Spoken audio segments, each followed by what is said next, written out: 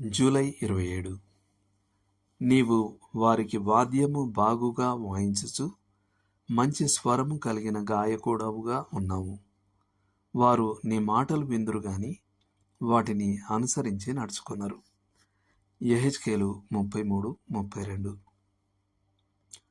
దేవుని వాక్యాన్ని ప్రకటించడంలో ఉన్న వైరుధ్యాల్లో ఒకటి ఏమిటంటే, ప్రజలు తరచుగా ప్రసంగికుడి పట్ల ఆకర్షితులవుతారు గాని తమ వంతు చర్యను కోరే సందేశం పట్ల ఆకర్షితులు కారు. బహిరంగ ప్రసంగాల విషయంలో ఇది నిజం. ప్రజలు ప్రసంగికుడిని మెచ్చుకుంటారు. ఆయన చెప్పిన హాస్య చతురతలను, దృష్టాంతాలను గుర్తుంచుకుంటారు. ఆయన ఉచ్చారణకు ముగ్ధులవుతారు. ఒక స్త్రీ ఇలా చెప్పింది, మా ప్రసంగికుడు ఆ ధన్యకరమైన మెసొపటేమియా అనే పదాన్ని పలికిన ప్రతిసారి నేను దాదాపు ఏడ్చేస్తాను. కానీ విధేయత విషయానికి వస్తే వారు పక్షవాతానికి గురైనట్లు నిశ్చేష్టులవుతారు. వారు చర్యకు లొంగకుండా మొద్దుబారిపోతారు. ఆ ఆహ్లాదకరమైన స్వరం మత్తులో మునిగిపోతారు. సలహాలిచ్చే పరిచర్య చేసేవారికి ఇది ఒక సుపరిచితమైన సమస్య. సలహాలు పొందడంలో ఒక రకమైన రహస్య సంతృప్తిని పొందే కొందరు వ్యక్తులు ఉంటారు. ఆ కొద్ది గంటల పాటు అందరి దృష్టికి కేంద్రంగా ఉండటంలో వారు ఆనందపడతారు. వారు సలహాదారుని సహవాసాన్ని ఎంతగా ఆస్వాదిస్తారంటే వారు దీర్ఘకాలికంగా సలహాలు పొందేవాళ్ళుగా మారిపోతారు.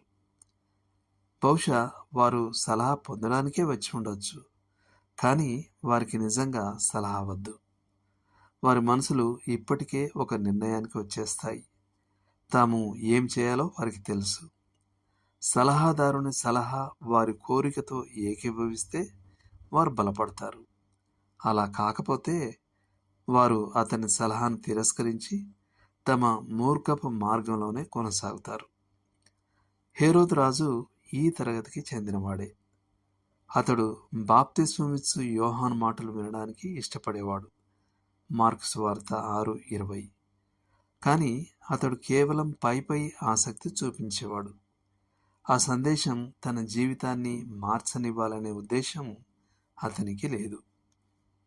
ఎర్విన్ లుట్జర్ ఇలా రాశాడు, సలహా కోసం వచ్చేవారికి సహాయం చేయడంలో నేను కనుగొన్న అత్యంత నిరాశపరిచే సమస్య ఏమిటంటే, చాలామంది మారడానికి ఇష్టపడరు.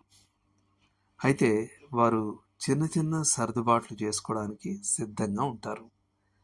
ముఖ్యంగా వారి ప్రవర్తన వారిని ఇబ్బందులోకి నెడుతున్నప్పుడు, వారి పాపం అదుపు తప్పనంత వరకు చాలామంది దాంతో సౌకర్యవంతంగానే ఉంటారు. మరియు తరచుగా వారు తమ జీవితాలలో దేవుని జోక్యాన్ని కనిష్టంగా ఉంచాలని కోరుకుంటారు. కొంతమంది సలహాదారులు వినడానికి మరియు చేయడానికి మధ్య ఉన్న ఈ అంతరాన్ని పోడ్చడానికి ఒక వ్యూహాన్ని అభివృద్ధి చేశారు. వారు సలహా కోరే వ్యక్తికి ఒక నిర్దిష్టమైన పనిని అప్పగిస్తారు. మరో సమావేశానికి హాజరయ్యే ముందు వారు ఆ పనిని తప్పక చేయాలి. ఇది నిజాయితీగా లేని వారిని తొలగించడానికి సహాయపడుతుంది. ఇది ఇద్దరి సమయం వృధా కాకుండా నివారిస్తుంది. జీవితంలో దేవుని వాక్యాన్ని విని కూడా దాని వలన చలించకుండా ఉండే స్థితికి చేరుకోవడం అనేది ఒక గంభీరమైన విషయం. ప్రభు స్వరానికి నిరంతరమైన సున్నితత్వాన్ని కలిగి ఉండేలా మరియు ఆయన చెప్పినది ఏదైనా చేయడానికి సంసిద్ధతను కలిగి ఉండేలా మనం ప్రార్థించాలి. దేవుడు మిమ్మల్ని దీవించును గాక.